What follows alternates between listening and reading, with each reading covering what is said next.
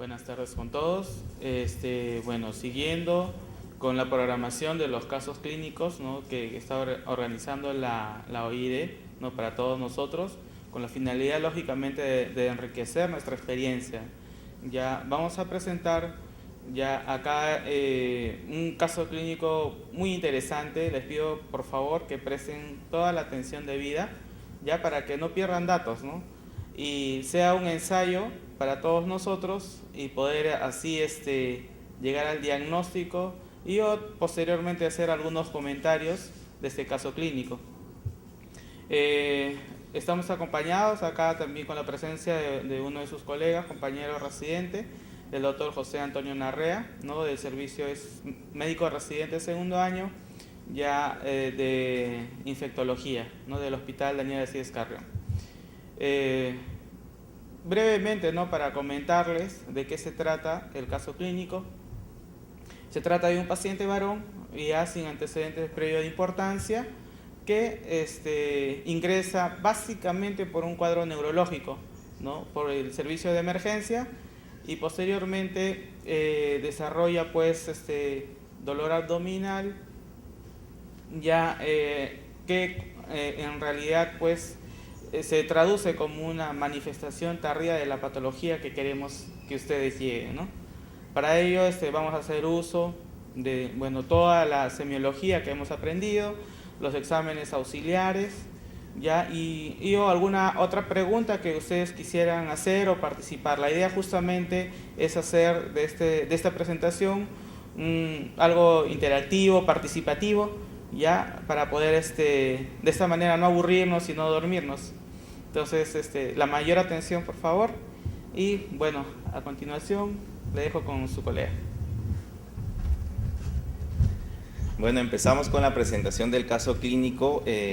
Va a haber participación de ustedes, así que es importante que tomen nota, ¿no? El paciente ingresa en el 18 de marzo del año pasado al servicio de infectología a través de emergencia. En cuanto a la afiliación de la historia clínica, es un paciente varón, actualmente tiene 15 años, pero en ese entonces tenía 14 años, procedente del Agustino, con una fecha de nacimiento, o nacido en el Hospital 2 de Mayo, un parto institucional, ingresado al servicio de emergencia el día 17 y al servicio de infectología pediátrica el día 21, por lo que reportan por necesidad de camas, ¿no? En cuanto a la anamnesis, el tiempo de enfermedad actual tiene un tiempo de enfermedad más o menos de 12 días de forma insidiosa y un curso progresivo. Como pueden ver en las imágenes, en cuanto a la sintomatología y los síntomas clínicos, presenta inicialmente dolor abdominal, hiporexia, alteraciones de la marcha, insomnio y sudoración profusa. Esa sudoración profusa, según el reporte de la nota de emergencia, porque todo es de la nota de emergencia, es sin predominancia horaria. En cuanto al relato, más o menos vamos a poder objetivar a través de la línea de tiempo cómo fue las presentaciones o cómo inició los síntomas asociados a la enfermedad actual. Más o menos inicia hace 12 días con dolor abdominal. El dolor abdominal más o menos de características epigástricas, inicialmente refieren de moderada intensidad sin irradiación. No había asociación de náuseas ni vómitos asociados, y una hiporexia leve, no tan marcada, porque todavía el paciente toleraba los alimentos.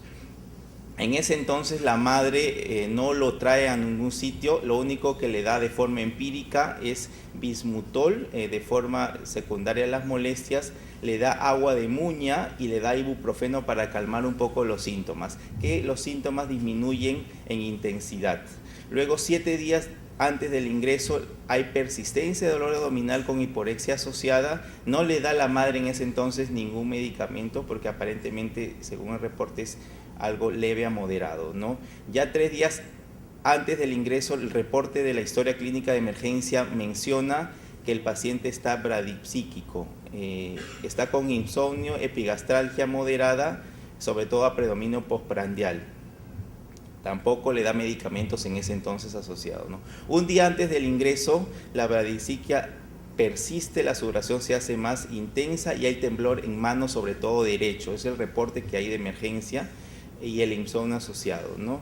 8 horas antes del ingreso presenta temblores ya de los 2 miembros superiores, mareos alteraciones de la marcha que la mamá lo reporta como que el adolescente, porque tiene 15 años, rangueaba a la hora de caminar, sudoraciones e hiporexia, y motivo por el cual ingresa por emergencia inicialmente por la clínica y luego lo refieren a la emergencia de este hospital. En ningún momento el relato refiere presencia de fiebre ni sensación de alza térmica, al menos no se evidencia en la evolución de emergencia, ni lo que relata la madre. En cuanto a los antecedentes prenatales, tiene un control adecuado de la gestación de la madre, es el parto del segundo de 3 hermanos, no hubo intercurrencias en el embarazo. El parto fue eutóxico, el adolescente tiene 14, 15 años, entonces la madre no recuerda muy bien su talla sobre todo, pero no lloró inicialmente al nacer, pero tuvo una alta al segundo día de hospitalizado. En cuanto a los antecedentes postnatales y desarrollo psicomotor, pueden observar que aparentemente está sin alteraciones, tanto desarrollo psicomotor como los antecedentes postnatales, ¿no? En cuanto a los antecedentes patológicos, el adolescente nunca ha sido hospitalizado hasta el día que ingresó, no tiene alergias, no tiene reacción adversa a medicamentos, no se ha operado de nada anteriormente, no ha tenido contactos de tuberculosis tampoco. Bueno, el único antecedente que figura es que acudió a la playa 2 meses antes del ingreso, nada más, ¿no? En cuanto a los antecedentes familiares de padre y madre de 38 años, aparentemente sanos, solo se reporta que la madre tiene un diagnóstico de depresión referida hace 3 años, con 3 meses de tratamiento donde no hay reporte de qué medicamentos usa, y 2 hermanos aparentemente sanos. ¿Hasta ahí alguna pregunta que quieran adicionar? ¿Algo que quieran preguntar que no les quedó claro en cuanto a los síntomas de...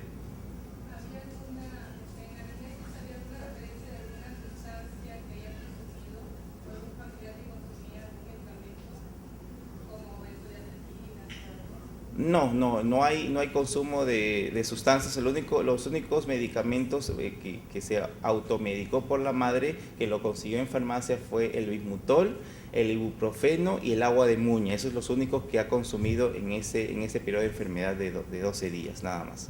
No hay reporte de otros medicamentos y tampoco de acudir a un hospital para que lo vea un médico.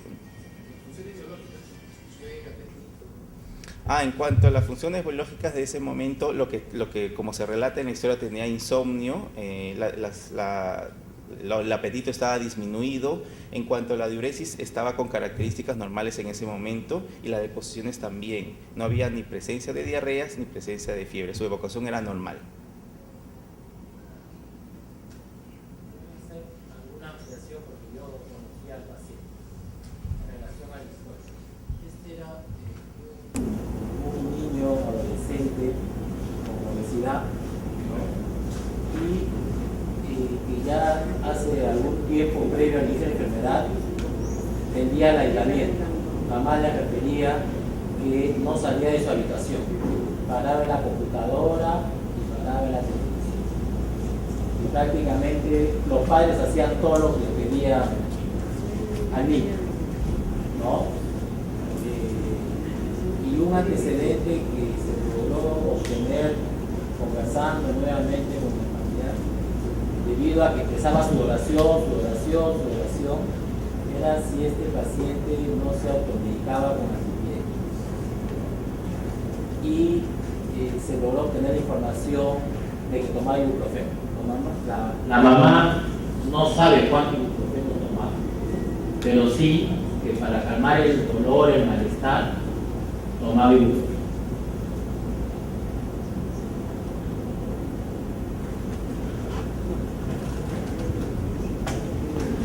O sea, se automedicaba el nuevo paciente. Un dato también, ¿no?, que es importante es de que cuando llegó por emergencia ya se mencionaba de que tenía dismetría, ya tenía dificultad para la marcha con ampliación de la base de sustentación, movimientos lentos y también habla lenta, ¿no? O sea, y más asociado a disartria. Esas son las características por las cuales la mamá, o sea, aparte del malestar, aparte del dolor abdominal, ya lo trajo, pero cabe recalcar de que en todo momento negaron fiebre, la presencia de fiebre. En cuanto al examen físico de la emergencia, se le encuentra una frecuencia cardíaca de 150, una frecuencia respiratoria de 16, afebril con 36 de temperatura, con una presión de 110/60, saturando 100% a fiebre 21 y un peso de 72 kilos para una talla de 1,69, que le corresponde un sobrepeso.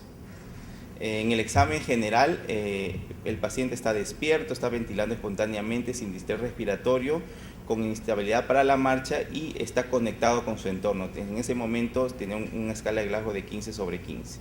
En cuanto al examen físico de la emergencia, es todo copiado de forma literal. Tiene una piel lifanera sin alteraciones, el tejido celular subcutáneo conservado sin edemas, aunque está con un peso más alto para su edad. Cabeza normocéfalo, ojos sin alteraciones, está con reactividad pupilar conservada y los reflejos también. En la parte torácica no hay asociación de alteraciones en la amplexación, los murmullos están presentes, no hay ruidos asociados en el examen físico. En la parte cardiovascular, lo único positivo que se encuentra son los ruidos cardíacos que están de buena intensidad y taquicárdicos. No se ocultan soplos en el momento y los pulsos periféricos están presentes. En la parte abdominal, los ruidos cerebrales están presentes, está blando, depresible, no hay visceromegalia, no hay reporte de distensión abdominal tampoco en el examen físico.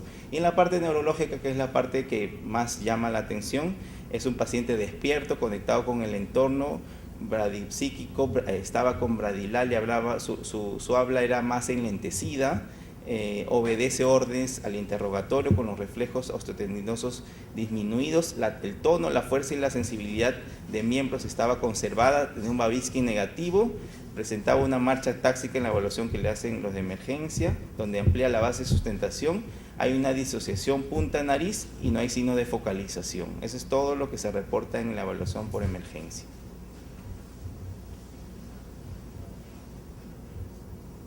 ¿Alguna pregunta adicional al relato del examen físico?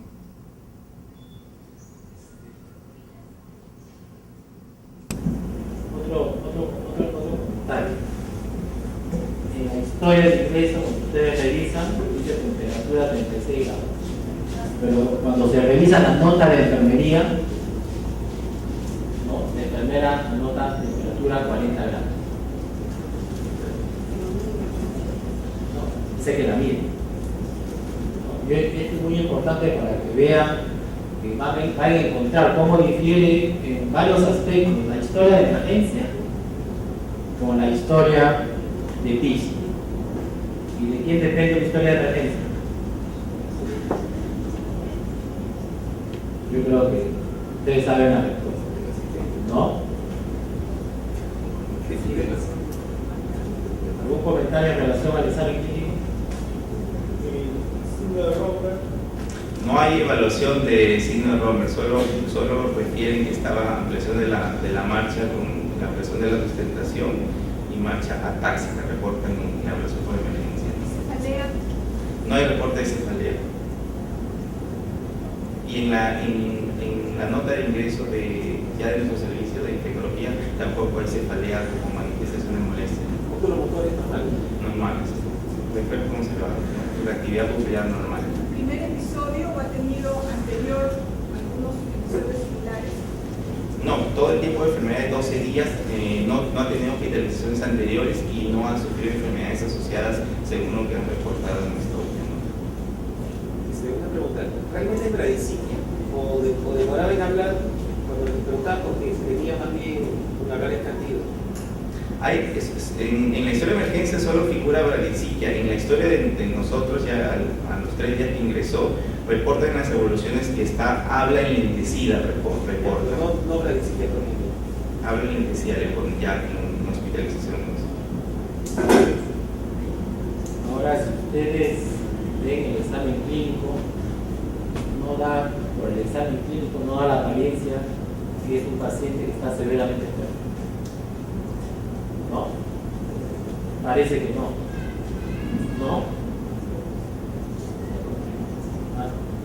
Porque recordemos que el paciente dentro del tiempo de enfermedad reporta sudoraciones profusas, pero en el examen físico no reportan una piel húmeda, reportan normal, insomnio tampoco lo reportan como parte de la evaluación neurológica, ¿no? Como muy tranquilo, cosas así. No, está con un llenado capilar de 2 segundos y lo reportan como tibia, elástica y hidratada, ¿no? En la evaluación también por el servicio también no se evidencia signos de deshidratación aparente. No hay, en el examen físico no hay enopatías, en linfático no hay enopatías. ¿Alguna disfunción diagnóstica sindrómica?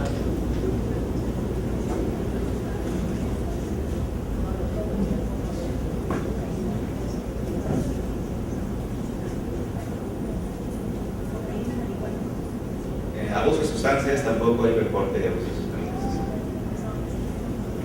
O sea, este es un paciente que tiene un deterioro progresivo del estado general, tiene manifestaciones del sistema nervioso central ¿no? Y tiene dolor abdominal. Y una sudoración que aparentemente es inexplicable, pero que tiene el antecedente que el niño se aislaba, no dejaba entrar a nadie en su cuarto, y que se automedicaba, ¿no? Y dentro de esos medicamentos que usaba ibuprofeno. Y que cuando ingresa, si bien es cierto, en la nota de la historia de ingreso de emergencia no hay fiebre, la enfermera sí le cuantifica, ¿no? Fiebre. Entonces, probablemente cuando la han examinado ha estado bajo el efecto del antipirético. Y cuando la enfermera ha pasado a observación y le toman los controles vitales, ya el efecto del antipirético ha pasado.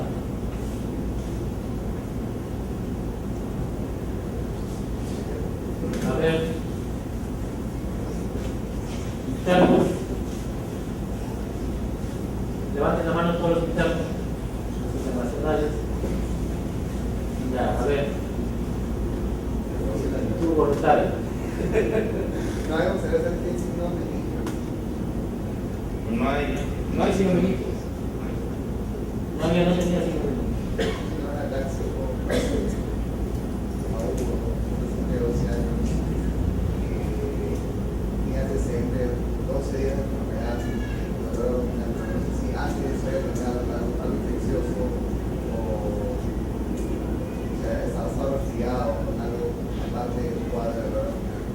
No, antes de los 12 días ha estado aparentemente sano.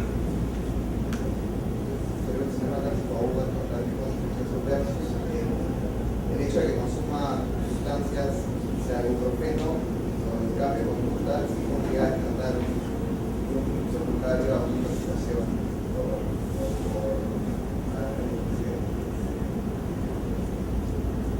otra opinión, a ver los recientes primer año. Yo me reúno del instituto. Levanten la mano. Levanten la mano, no se reúne el instituto. O ya no son del instituto. ¿Ah? Y cuando me decía, ¿quién era reciente a la variante? Yo levantaba la mano. ¿Quién es Amado? Yo levantaba la mano. Y digo, ¿quién es la doctora? ¿Usted qué dice?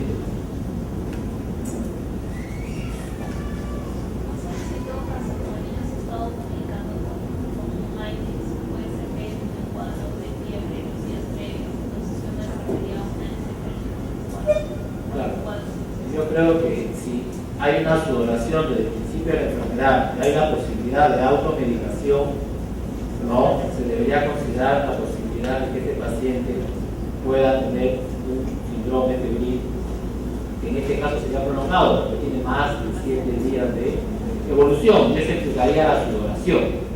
Desarmando el rompecabezas, ¿no? Podríamos presumir que podría tratarse de un paciente, ¿no? Especial, porque se aislaba, la información de Dictarumán no tenía mucha información, no nos daba mucha información porque el chico prácticamente hacía lo que quería. O sea, su dormitorio era su feudo, incluso le pasaban, tocaban la puerta y le pasaban el agua de muña. ¿No? Una pregunta, estos cambios de comportamiento, ¿eran cambios de comportamiento siempre era así? No, ya eso lo tenía hace como un año. Ah, ya. Ya lo tenía hace como un año. Es parte de Ya lo tenía hace como un año, ¿no? Entonces, yo creo que una posibilidad que había que considerar de una sudoración inexplicable en un paciente que se automedica y que cuando lo hospitalizan realmente cuantifican que sí hay fiebre, es la posibilidad que sí haya tenido un cuadro febril, pero no de origen reciente, sino ya un síndrome febril prolongado. Tenemos un síndrome febril prolongado, manifestaciones atáxicas, un R2 del instituto. No hay. R2. No hay nada. De medicina, un R2. Anímense nomás. Ya de cualquier especialidad, pero ya que R2. ¿Qué otro síndrome tiene este paciente? El síndrome doloroso abdominal, que es desde un principio, ¿no? Básicamente lo que refiere más la familia es síndrome doloroso abdominal. Tenemos un probable síndrome febril prolongado, un síndrome doloroso abdominal, ¿no? Y un trastorno neurológico, ¿no? Que serían las tres características. El examen clínico, no, en ese examen, no te digo, ya van a ver posteriormente cuando sigan la secuencia de la historia, que acá parece que el chico no tiene mayor cosa.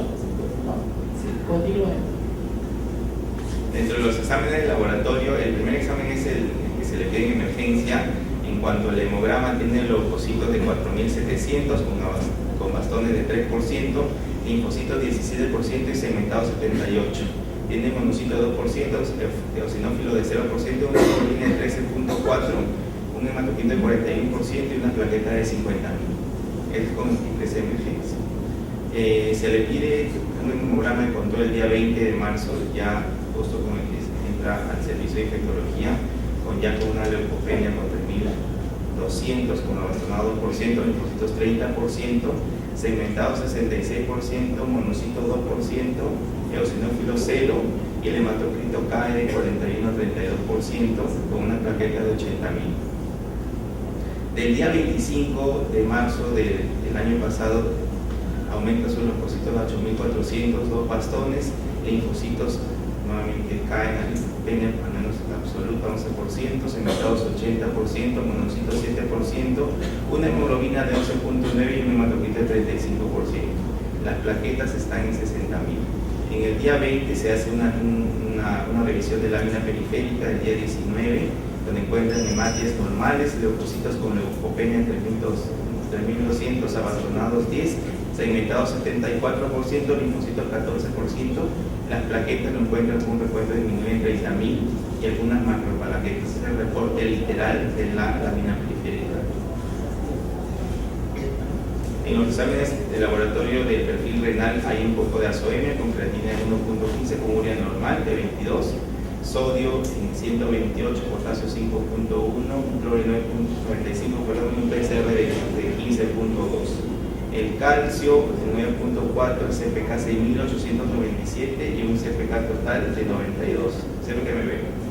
El DHL de 3.447. Bueno, ustedes pueden observar básicamente el relato de los exámenes de laboratorio, donde obviamente se evidencia que hay todavía azoemia, al menos en los primeros controles con creatina 1.5, que ya luego se corrige después del tercer día a 0.86 con una urea de características normales, ¿no?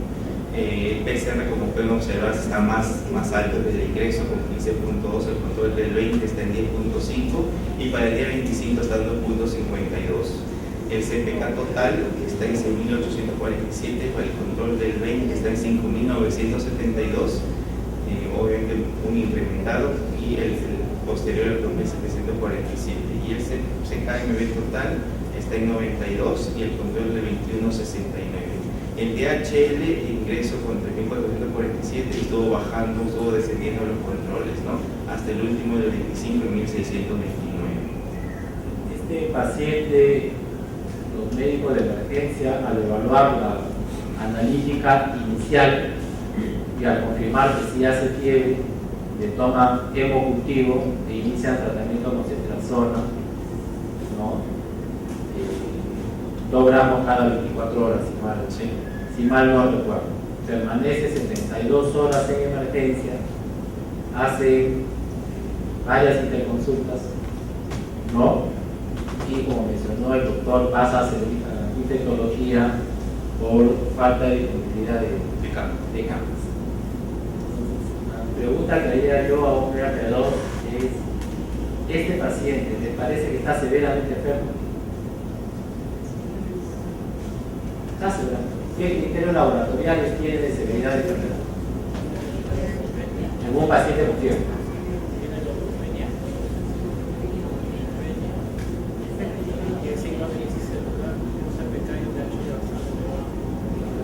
Dentro de los criterios de severidad de enfermedad de un paciente febril, hiponatremia es un criterio de severidad. Usted puede tener pacientes con leucopenia que andan por la calle. Pues no. El otro es trombocitopenia. Y bueno, tiene otras alteraciones que llaman la atención, ¿no? La hidrogenasa láctica alta, ¿no? El CPK alto. O sea, aparentemente este paciente tiene el CPK-ND también está aumentado más de 2 veces el valor máximo normal. Pasa la siguiente, este es el examen de orina, tiene cuerpos cetónicos, tiene proteínas una cruz, hemoglobina 3 cruces, el varón, acuérdense que es varón, No hay, en la historia tampoco hay reporte de síntomas urinarios. Lo más probable es que la hemoglobina no sea hemoglobina, sino bioglobina. y Y una diferencia. la siguiente pasa de la siguiente. La bioquímica hepática, miren, la bioquímica hepática, tipo albuminemia,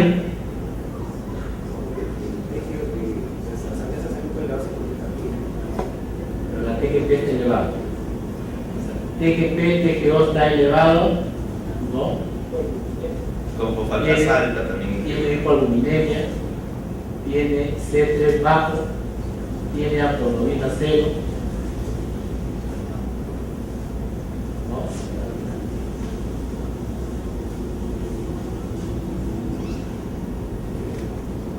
Estaba con azoemia. La pregunta es: ¿por qué se demoró 72 horas en corregir la azoemia?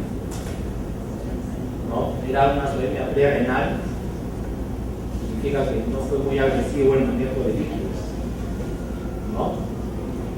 Si estaba hiponatrémico, probablemente, o sea, si estaba hiponatrémico con azoemia, no podemos hablar de síndrome de secreción inapropiada de hormona antibiótica, ¿no? Porque en estos casos no hay azoemia.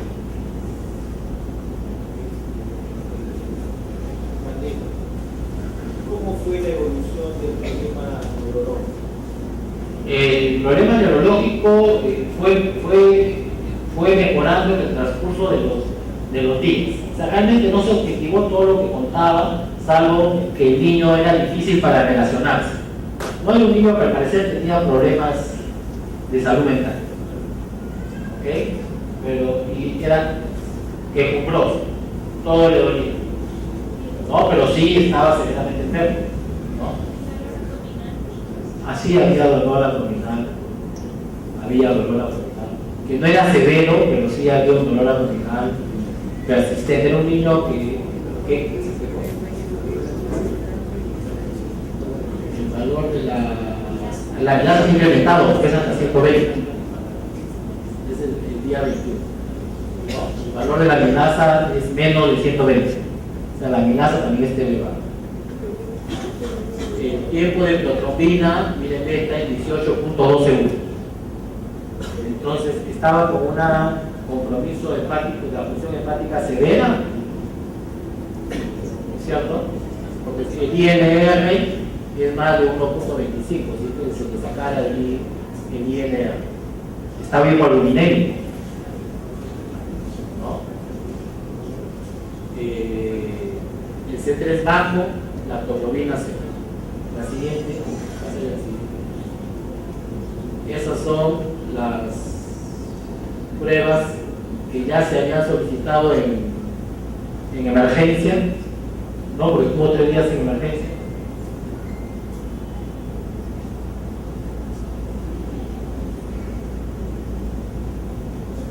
La anterior, para que vean, ya.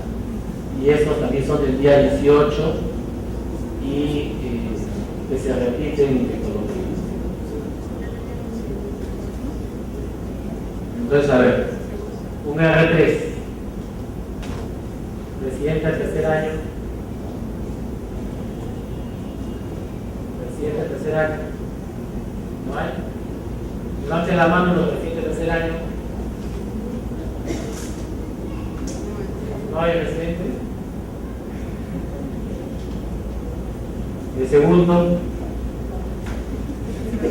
A ver, alguien de segundo que ya con todos estos datos haga una discusión clínica del caso. A ver, un voluntario. Bueno, tenemos un paciente que tiene mal estado de un paciente que en realidad tiene falla multiorgánica, tiene compromiso renal, tiene compromiso hepático, tiene compromiso neurológico, además ya tiene criterio de severidad, compromiso hematológico, tiene leucopenia, tiene discitopenia, lo que nos orienta a una enfermedad grave, probablemente de origen infeccioso, que en un primer momento, como se ha mencionado, no se había registrado la fiebre por la ingesta de ibuprofeno. Lo que sí quería comentar es que si tiene función lumbar para descartar una infección del sistema No nervioso. tiene función. Por la trombocitopenia en emergencia no recibió función. Bueno, una de las infecciones que causan con leucopenia podría ser salmonela, aunque es un poco raro en niños adolescentes, cuando son más grandes, porque la barrera hematoencefálica ya está madura. Otra causa podría ser una encefalitis viral, de tipo viral. Y un poco más alejado, sobre todo por la alteración de la conducta, podría ser intoxicación, aunque no tendría tanto compromiso. ¿Cómo explicarías el C3 bajo?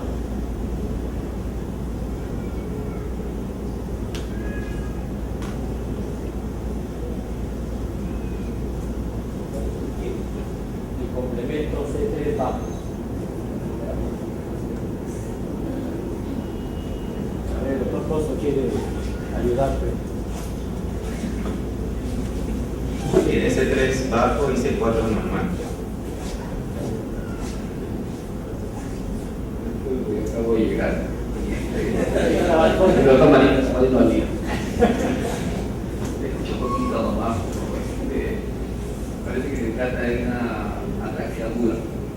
Una ataxia aguda, que está dentro del contexto de alguna enfermedad, alguna etiología que lo está causando. Los más comunes ya sabemos que son varicela, no, pero otros virus también pueden causar esto, o está dentro del contexto de alguna enfermedad sistémica. Por lo que se observa aquí, es una enfermedad que está produciendo daño en varios sistemas, ¿no? Varios sistemas, es una enfermedad por complejos inmunes, derivada por complejos inmunes, porque hay C3 bajo, que no se normaliza incluso con el tratamiento.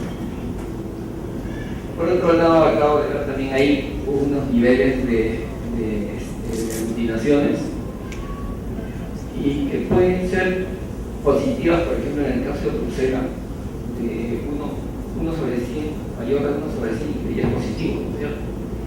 Entonces, no recuerdo haber visto que una ataxia cerebelosa aguda pueda deberse a esto, pero gran parte del cuadro clínico de brucelosis existe, ¿no? Incluso no he visto si hay CUPS positivo con trombocitopenia, que puede ser el síndrome de Evans, ¿no? Que sí se produce en la brucelosis, ¿no? Y bueno, otras causas de ataxia aguda, como por ejemplo no veo que tenga, por ejemplo, Oxoclonus, ni que tenga oftalmología, por ejemplo, para descartar el síndrome de Miller-Fisher o si no, la ataxia neuropática, no parece serlo, ¿no? Más parece ser una apraxia secundaria a un proceso infeccioso, ¿no? Bueno, y lo único que hoy es positivo es esto. O puede ser también dentro del contexto de una enfermedad paraneoplásica, ¿no? Por ejemplo, en neuroblastoma podría presentarse un caso de linfocitosis y poder también aparentar serlo, ¿no? Como que puede ser la enfermedad infecciosa como la TB. Entonces, puedo aportar.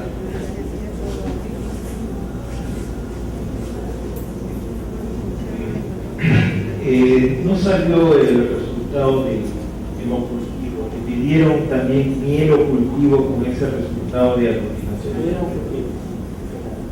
Mielo no. Porque ahí hay varias cosas, varios órganos comprometidos, ¿no? Con un problema neurológico, aunque no está delimitado el componente de salud mental que tiene el paciente.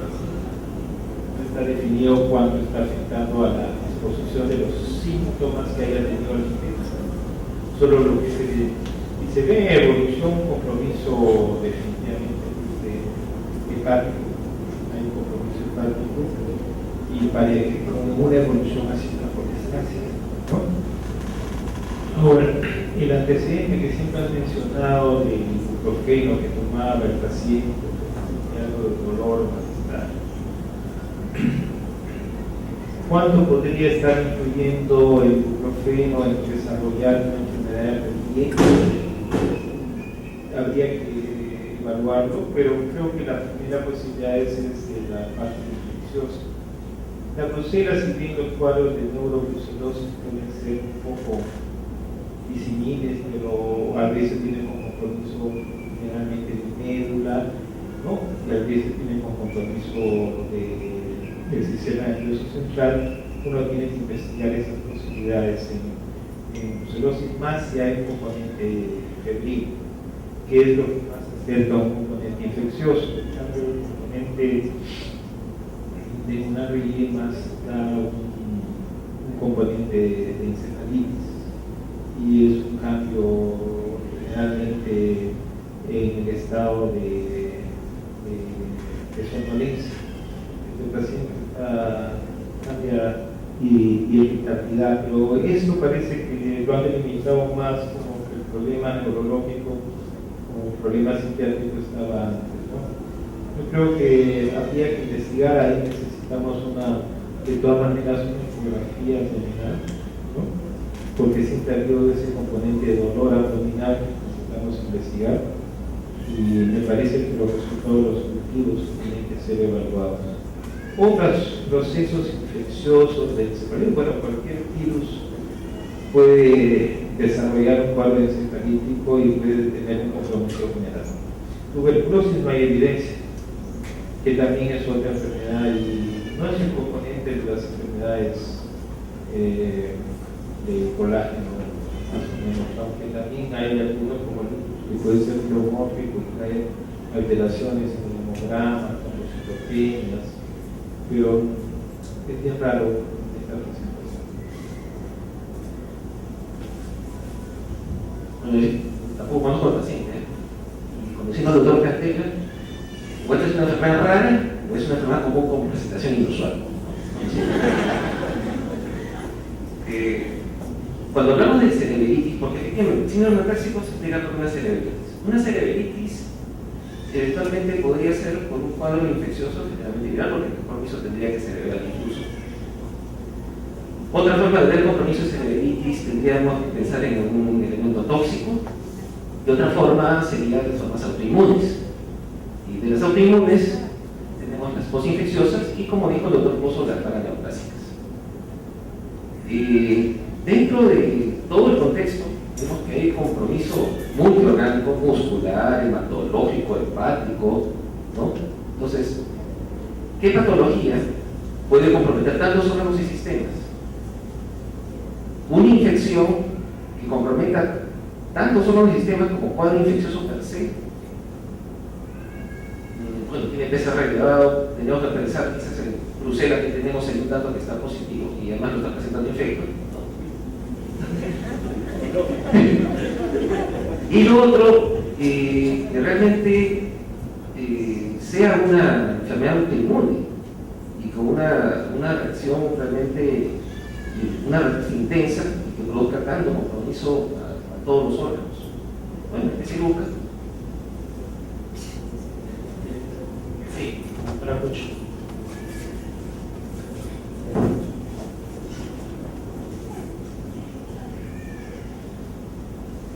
Bien.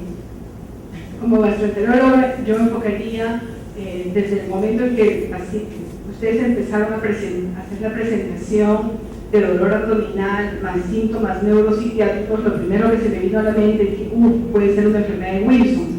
A veces un paciente no debuta con una hepatopatía, simplemente tiene síntomas neuropsiquiátricos. Fue lo primero que tuve así, una idea fugaz. Conforme van narrando los hechos y van presentando la evolución, los exámenes auxiliares, obviamente es un paciente que tiene una enfermedad multisistémica, un compromiso hepático, hematológico, renal, muscular, ¿no? Y al final muestran esa serología de Bruselas positiva. La verdad que eso aprendí, que la Bruselas es una enfermedad, una de las grandes simuladoras, igual que te puede simular cualquier cosa, la tienes ahí y no la diagnosticas, igual que la sífilis, la tuberculosis y no me acuerdo qué más, ¿no? Son como 5 enfermedades simuladoras. Entonces, la verdad que la Bruselas me puede explicar todo, absolutamente todo, inclusive la polimiositis que tiene, porque la CPK extremadamente elevada nos puede ser un punto para buscar un diagnóstico, pero haciendo unidad clínica, yo pienso que esto puede tratarse de una Bruselas dentro del contexto clínico del paciente.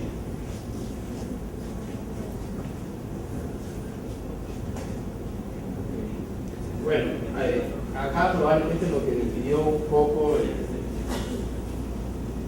enfoque en emergencia fue la presencia de CT bajos, ¿no? Cuando tenemos un trastorno neuropsiquiátrico con visitopenia y CT bajo, solamente pensamos en DES, ¿no? Pero en el caso de DES está el C3 y el C4 bajo. No está solo el C3 bajo. ¿Okay? Dentro de las causas de C3 bajo con C4 normal están sepsis por hambre y enfermedades fúngicas y pasivas. Lo otro que llamaba la atención es la hemoglobina baja. Si bien es cierto, si yo le pregunto a ustedes causa de la hemoglobina baja, la mayoría va a decirme enorme. Pero hay otras causas. Es pérdida de proteínas. Y este paciente estaba hipoalbuminémico. El paciente con la otra causa es paciente con hepatopatía severa. También podemos tener hemoglobina baja. ¿Okay? Y ya posteriormente van a comentar los doctores los otros hallazgos y yo creo que seguimos en la evolución. Este paciente ingresó con ceftriaxona y continuó el tratamiento antibiótico, ¿no? La infectología pasó al 4º día. Al día siguiente, con las evoluciones ya posteriores de la emergencia, el paciente, al menos en el examen físico que se reporta por los residentes que hacen la evaluación, en la parte neurológica ya reportan bradilalia, enlentecimiento cerebral en la parte neurológica, reportan ellos disminución de fuerza de miembros inferiores, así lo reportan, pero con Babinski negativo y reflejos presentes. La parte abdominal inicialmente lo reportan como blando, depresible, sin dolor abdominal asociado con ruido presente, sino visceromegalia, que presenta inicialmente también sin fiebre, ¿no? Se presenta la curva febril desde el ingreso del día 17. Bueno, ustedes pueden observar desde el día del ingreso que está con temperatura de 40 en el reporte de enfermería, y luego en los días siguientes está por encima de 38 sobre la curva, con algunos picos menos de 38, ¿no? Desde el ingreso estuvo recibiendo ceftriaxona previo hemocultivo, no se le tomó urocultivo, porque recién el cultivo patológico salió el día 23, el segundo porque el primero estaba normal, aparentemente, solo con hematía 2/3. Y se le hace PPD, como pueden observar. Tiene del 17 al 25, más o menos picos febriles. El paciente más o menos el día 25 presenta dolor abdominal, presenta distensión abdominal marcada, que inicialmente no la tenía hasta al menos un día antes de la evolución del día 24, no la tenía, ¿no? Presenta la persistencia del pico febril, hubo presencia de náuseas y vómitos con presencia de exposiciones. Este es el día después del 25, cuando ya cae la curva térmica. Ahora, ¿qué dijeron los especialistas al inicio? ¿Eso menciona, doctor? Algo breve nada más. El problema es que el paciente vino con taquicardia, cardiología lo fue a evaluar en emergencia y solo encontraron una taquicardia sinusal y piden un ecocardiograma. Neurología lo vino a evaluar también en emergencia, ellos pidieron una punción lumbar, pero por las plaquetas bajas no se les pudo hacer y pidieron una tomografía cerebral. En la parte de la evaluación neurológica que ellos ponen solo dimetría, nada más. Otra cosa, los reflejos conservados aparentemente, ¿no? Reactividad pupilar, ellos aparentemente no encuentran focalidad neurológica.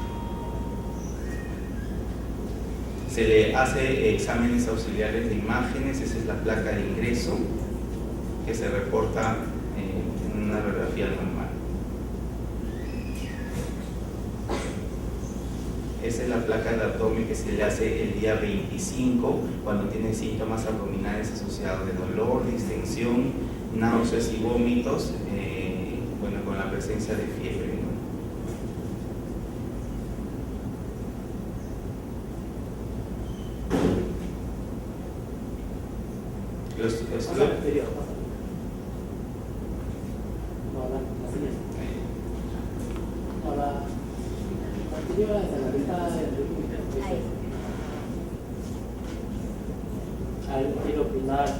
Esa placa se le tomó cuando presentó el dolor abdominal agudo, el día 25, ¿no? Estando ya más o menos 7 a 8 días con tratamiento antibiótico y con una curva febril con tendencia decreciente. La curva febril ya estaba tendiendo a decrecer, ¿no? Y después de 5 días de antibiótico, a pesar que la curva febril estaba decreciendo, el PCR que estaba bajando, presentó súbitamente dolor abdominal con distensión abdominal.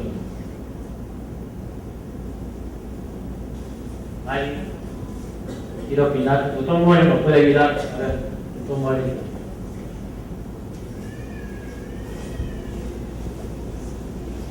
Buenas tardes. Un paciente que presenta un cuadro febril, así como el que estamos viendo, y que a pesar del antibiótico que está recibiendo se complica con una perforación, es importante pensar en perforación típica porque el comportamiento de estos pacientes es así. A descartar un problema también de origen tuberculoso, muchas veces, ¿no? Que son las dos entidades que más juegan en el abdomen agudo en nuestro hospital. Lo llamativo, el doctor ya dijo, ya asume que hay una perforación típica porque hay líquido libre en la cavidad. ¿Es cierto? Líquido libre en la siguiente fase. Y esas son las tomografías del día 20. Pero las tomografías previas, porque el paciente viene con dolor abdominal, solo refieren hepatomegalia moderada severa, cambios inflamatorios en plano graso mesentérico, en flanco y fosa ilíaca derecha, restos normales. Se le pide una tomografía cerebral donde reporta estudio craneoencefálico normal y una ecocardiografía a sugerencia del cardiólogo por la taquicardia sinusal que presentó, derrame pericárdico laminar de 2 milímetros, cavidades cardíacas normales, insuficiencia epicupida diaria y función ventricular izquierda adecuada. Entonces, a ver, un R1, ¿cuál sería su posibilidad de diagnóstica después de toda esta historia? Un R1 del instituto, no hay. De otra sede, a ver, ¿no hay otro del instituto? ¿No hay más? ¿No hay? ¿Hay otro? ¿Hay otro R1 del instituto? ¿Quieres R1?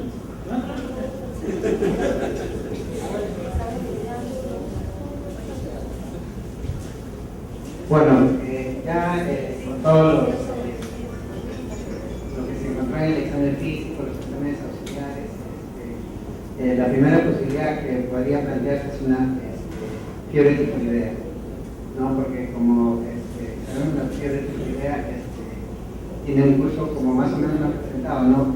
Subagudo, prácticamente fiebre, ¿no? Eso es lo que estamos asumiendo por el hecho de que estaba con la sudoración, el dolor abdominal, posteriormente el compromiso ya con la perforación intestinal,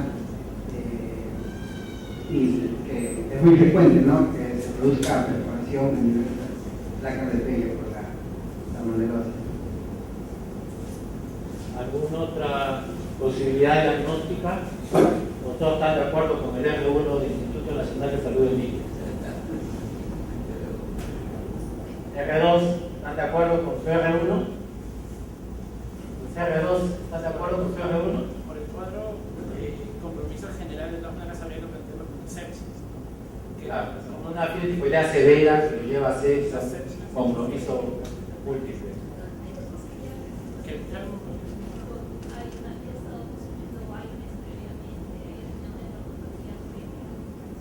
Bueno, claro, siempre ante pacientes que tienen ingesta de fármacos hay que descartar reacción adversa a medicamentos, ¿no? Siempre hay la posibilidad, ¿no? Pero una fiebre tifoidea podría explicar todo lo que ha dicho este paciente. Hay que recordar que el paciente todavía presentaba mialgias, presentaba un poco de inestabilidad para la marcha, todavía en la evaluación por mi servicio, ¿no? El tratamiento que recibió fue para concentración, o sea que estaban pensando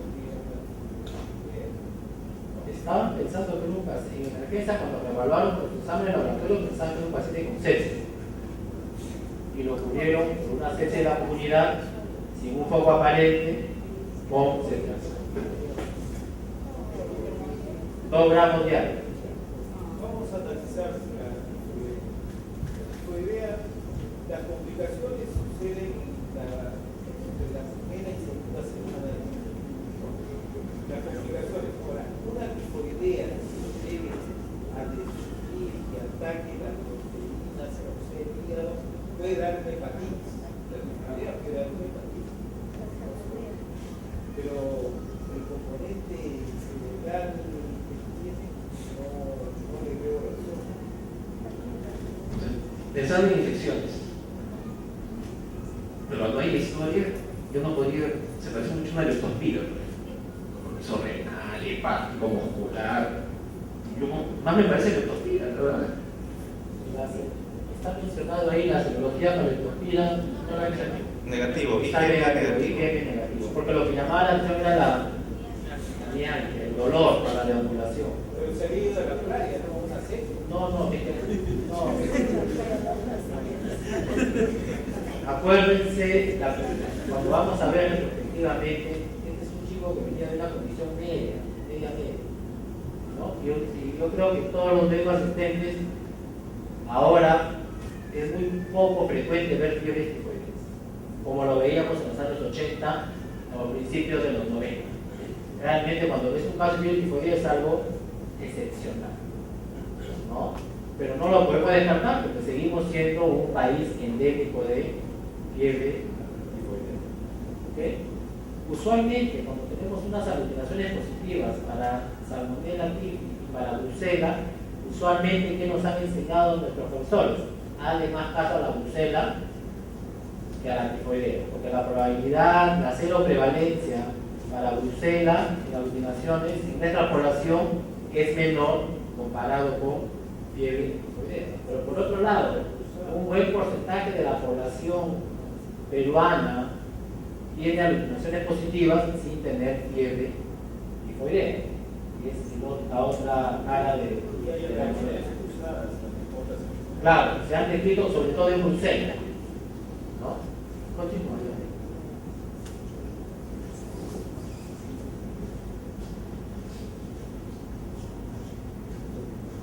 Esos fueron los estudios por imágenes del día 25, el día que presentó el dolor abdominal, la distensión que presentó ictericia, que fue después de 7 días después del ingreso. Por eso salieron los marcadores de bilirrubinas altas a predominio directo. Se encontró una ecografía abdominal con líquido libre intraperitoneal a considerar perforación intestinal, una hepatosplenomegalia, una radiografía de abdomen con signo de neumoperitoneo. Se le hizo un ecocardiograma, que es lo que le mencioné, que estaba aparentemente normal, con cavidades con cardíacas normales.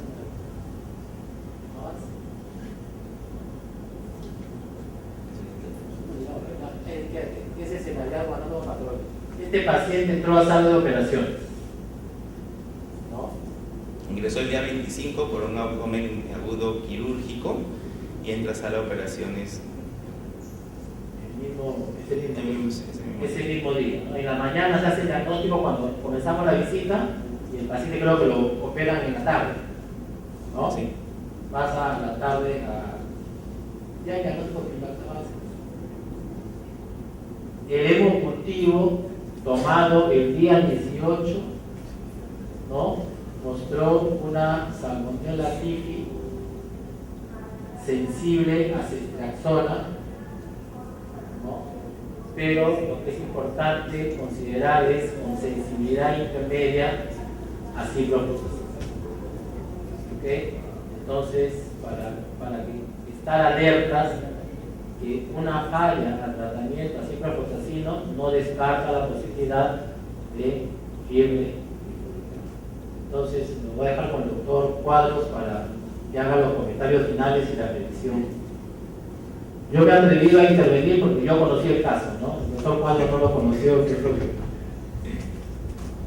Bueno, en verdad pues es una historia clínica bastante alargada, ya con una presentación quizás no tan típica, ¿no? Por eso es que nos ha llevado quizás a tratar de plantear diversos diagnósticos diferenciales. Entonces, dentro de los diagnósticos finales, ¿no? Se ha considerado como una fiebre tifoidea grave, con presencia de una encefalopatía tóxica, miocarditis, choque hemodinámico, ¿no? La fiebre tifoidea complicada con perforación tífica, necrosis de las placas de Peyer con peritonitis, parantonomía patológica y sobrepeso. Algunos puntos a considerar respecto a las manifestaciones clínicas, ya que dentro, digamos, de las manifestaciones neurológicas de la fiebre tifoidea, casi un 80% está caracterizado por cefalea. También puede haber presencia de tos hasta en un 30%, fiebre o escalofríos. Quizás el dato de la historia clínica, ¿no? El hecho de que se automedicaba con ibuprofeno ha podido hacer de que pase desapercibido el dato de la fiebre, ¿no? Aparte, presentaba mialgias, malestar general, artralgias, ¿no? Luego, posteriormente, la temperatura que se registró al ingreso, pues, de fiebres altas de 38 hasta 40 grados centígrados, que también es importante. Anorexia y dolor abdominal en un 30 a un 45%, asociado a náuseas, vómitos, la presencia de diarrea en un 22 a un 28% y el estreñimiento entre un 13 y un 18%, ¿no? Recordar que las manifestaciones neurológicas de la fiebre tifoidea mencionan cefalea en un promedio entre 44 también a 94% en otras literaturas. Alteraciones también pueden incluir patrones desordenados del sueño, psicosis aguda, mielitis y rigidez como manifestación de meningitis por salmonela. Hay un estudio en el cual se hizo un brote de tifoidea en la frontera de Malawi y Mozambique, en el cual se destacó por una relativa alta incidencia de hallazgos neurológicos, casi en un 13%. Estos signos generalmente estaban asociados a lesión de la primera neurona, como incluían pues hiperreflexia, espasticidad y movimientos sostenidos tipo clonus, ataxia y parkinsonismo. Además, ya los pacientes que presentan, ¿no?, fiebre tifoidea grave pueden desarrollar también lo que se conoce como encefalopatía tífica, ¿no?, con alteración de la conciencia, delirio y confusión hasta en un 17%.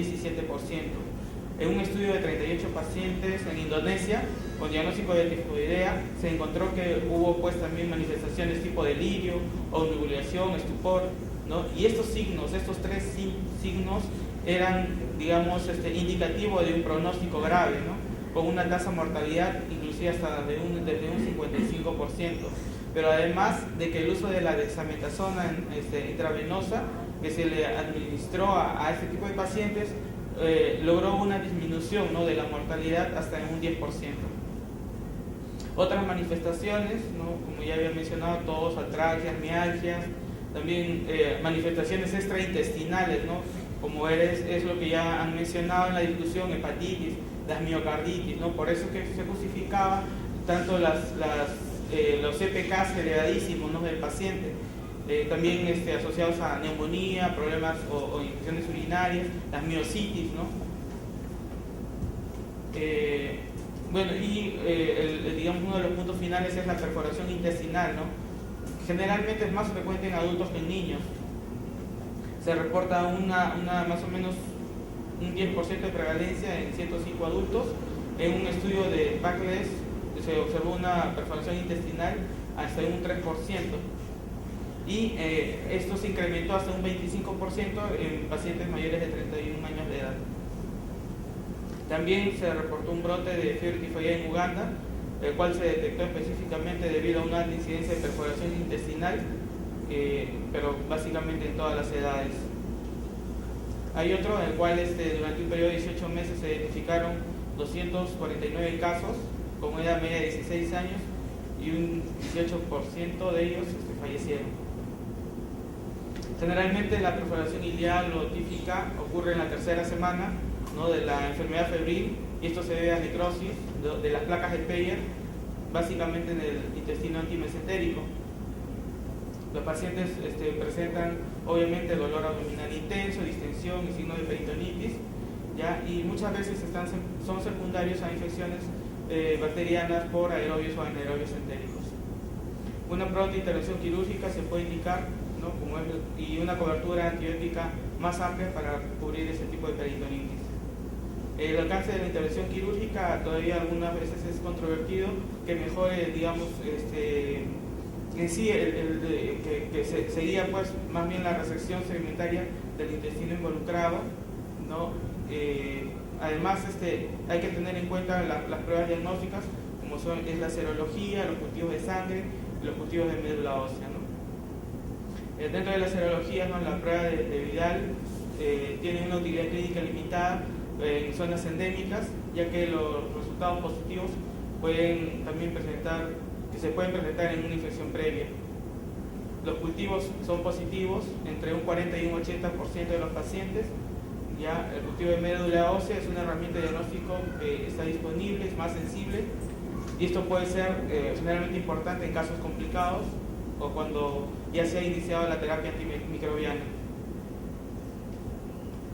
Bueno, el tratamiento, y las guías clínicas, ¿no?, la CDC no recomienda el uso de beta-lactámicos tipo ceftriaxona o fluoroquinolonas tipo ciprofloxacino, ¿no? En este caso particular, sí, la ceftriaxona fue un tratamiento sensible, pero eso tampoco garantizó pues ni pudo prevenir pues la perforación intestinal, siendo la ciprofloxacino para este paciente en una sensibilidad intermedia.